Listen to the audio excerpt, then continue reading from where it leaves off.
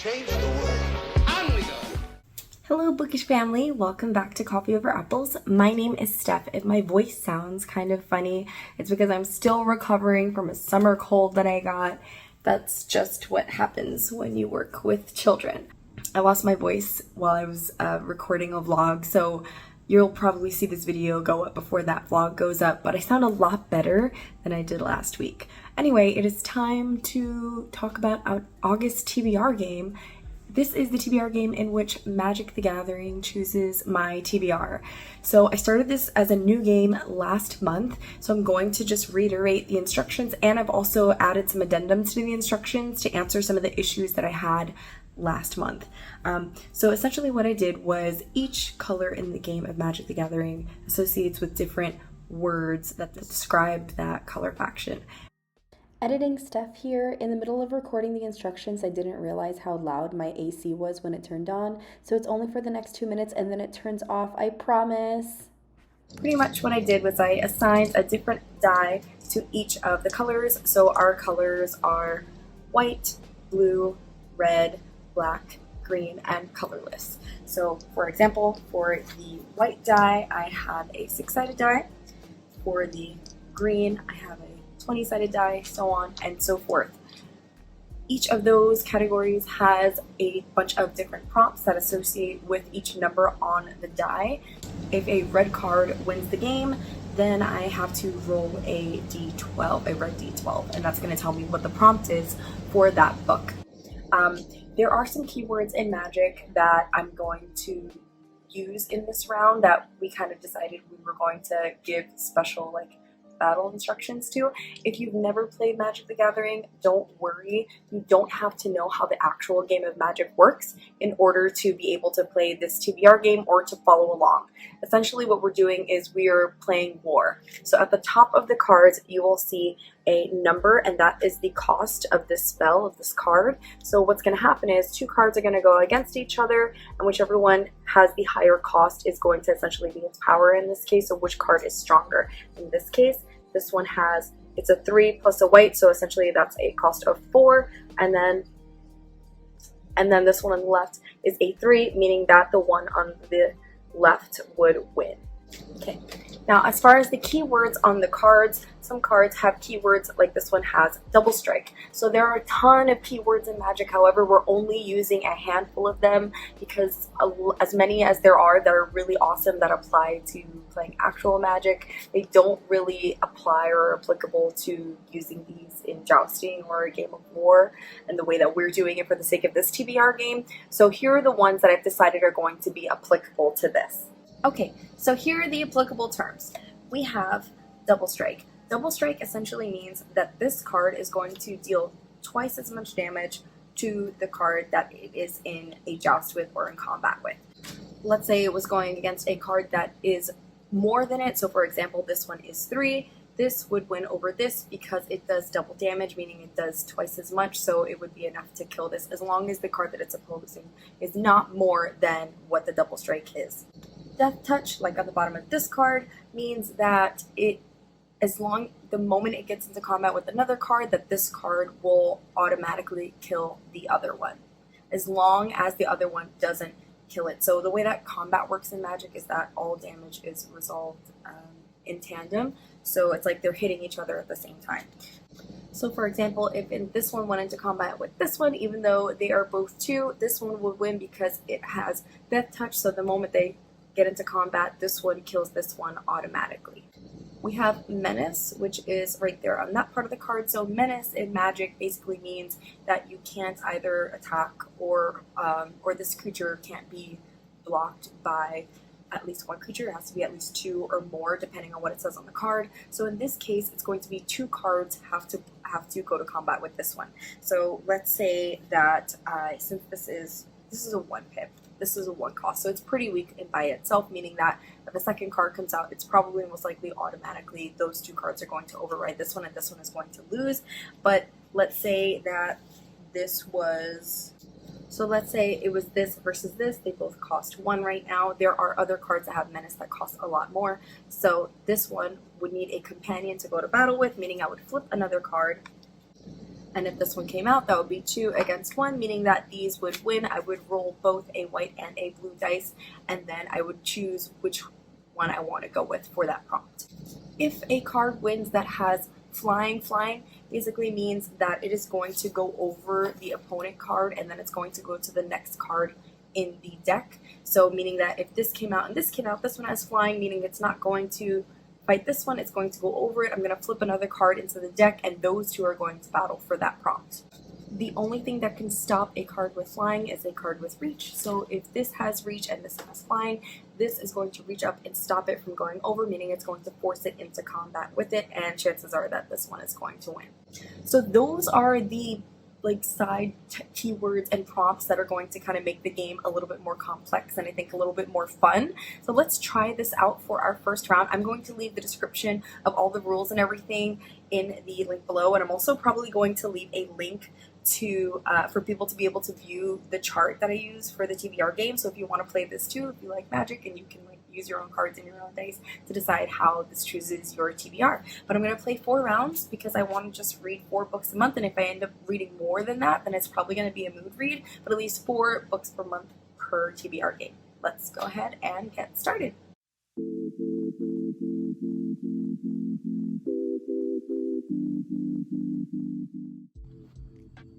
I'm trying to film round 1. There's a certain cat butt.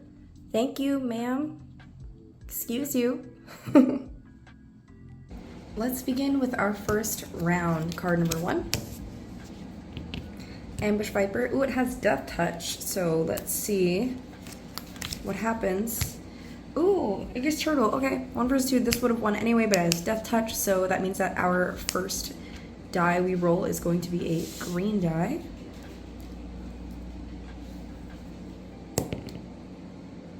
Ooh, 20. Okay, so it's really funny that I got green 20 this month also when I had it in last month's TBR too, but that's okay because we love reading from POC authors. This time I'm going to choose Mapping the Interior since I read a Stephen Graham Jones book last month and I really enjoyed it, so I'm pretty sure that this is probably going to be a hit too. This is a novella by them. I believe it's also a horror. I did start this before, but I wasn't in the right headspace for it, which is why I have 2 little tabs right here, but that's literally as far as I got. I think I only got 10 pages in, and I would love some shorter things this month in order to hopefully make some space to read some bigger things. Maybe, we'll see. I'd like to get through this TBR a little bit quicker so that I can kind of maybe see if the next round I can fit in a bigger book that I've been trying to get to. But I'm very excited about this, and I can see them eventually turning into a new favorite author. So we'll see if second time is also going to be a potential 5-star. I'll just give you the blurb on the back. A horrifying inward-looking novella mapping the interior is a literary horror tale about race in America deeply rooted in the contemporary Native American experience. Walking through his own house at night, a 15-year-old thinks he sees a person in full Blackfeet regalia step through a doorway. Instead of the people who could be there, his mother or his brother, the figure reminds him of his long-gone father who died mysteriously before his family left the reservation. When he follows it, he discovers his house is bigger and deeper than he knew.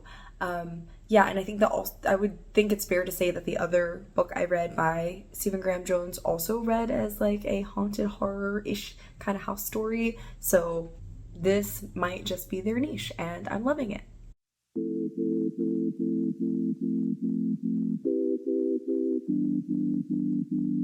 Okay, I've put those 2 cards to the side, and let's go for round 2. Siren Storm Tamer. Okay, it has flying, but it's 1 blue pip, so let's see. Oh, okay, so I haven't come up with a idea for what trample could do yet, because I'm not sure how that's going to apply to this game, but even though this has 3 CMC and this is 1, even though this would be this has flying, which means that it's going to go over this and fight the next card. So the card that it is fighting instead is ooh, Creeper of Fables, which is 5, so meaning that this is going to win. Which means that I am rolling green again. 12. A green 12, which means a manga. I haven't read manga in so long. I like to read my manga digitally because manga is expensive, you guys. It's expensive. And this might just be a good opportunity to continue with Way of the House Husband. I'm gonna have to double check which one I last read, but I'm pretty sure I'm about to be on volume 5. Editing stuff, put the right volume here if I was correct or not, but if it's not volume 4, then it's volume 5. Way of the House Husband, I adored this series. It was so much fun when I started it. I just kind of fell out of reading for a while, and I'm very excited to get back into it. But Way of the House Husband is a mafia boss, or like high-ranking member of the Yakuza, who decided one day that he just wanted to be a house husband, so he retired from the Yakuza. But does anyone really retire from the mafia? And now he just wants to like take care of his wife and their pet cat, and like fight with the Roomba at home and just be simple and happy. But life is a little bit more complex than that when his enemies try to pull him back into mafia life. So like they'll try to bombard him at the supermarket and be like, fight us, and he'll go, okay fine, I'll fight you, but you need to help me clip coupons first. And it's so much fun. I really enjoyed this series for how funny it was.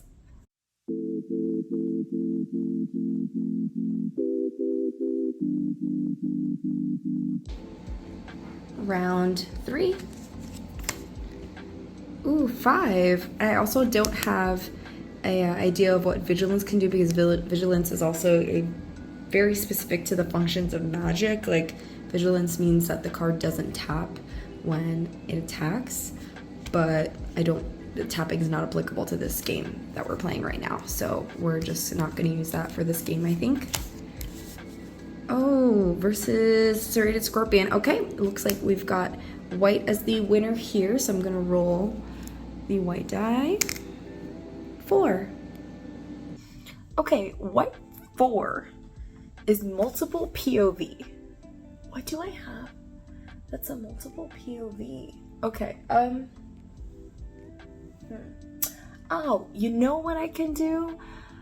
So here's the thing. There was a book on my July TBR, and I'm filming this at the end of the July, but I don't think I'm gonna get to it in time to finish it in July, which means I'm probably just gonna roll this one over to my August TBR. And that's gonna be Abbadon's Gate.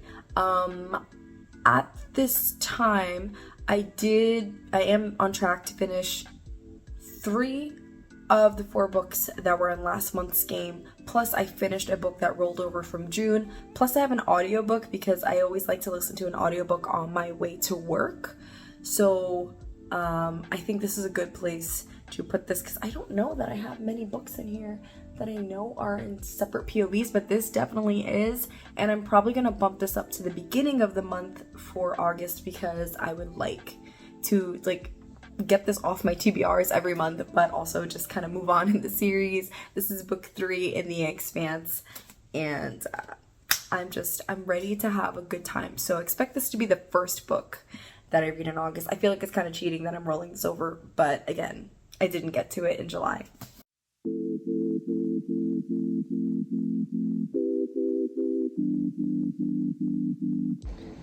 Round 4, here we go. Trusty Pack Beast with 3. There's no applicable keywords on this one. Versus, Axgar Cavalry. No applicable keywords on this one either, which means that we are rolling another white die. Number 1. Okay, this one is different. This is a color generator. I have a color generator on screen. I'm going to press the spacebar, generate a color, and then try to find a book that has that color on the cover. Ready, set, go. Oh, that's like an olivey green, it looks like. Do I have anything with that? I don't even know if I have anything with that color on it. That's such a specific color. Okay, let's see. Does this count? No. I'm looking at my laptop. That does not look like the same kind of green. This is more of like a bluish green. I have this one. No, that doesn't look great either. The color generator looks a bit more yellow, and again, this is like a bluish green. No, maybe I don't own anything with that color. This one, no, this is like really bright. That's a lime green. Okay, I think we're gonna have to try it again because I don't think I own any books on my TBR shelf that have this color. So let's generate one more time. Oh, it's a bright, like a crimson vermilion red. Okay, I definitely think I have books here with that color on it. Bright red, bright red, bright red. Oh, I think I have a couple options. Let's go with, wait, I think I know.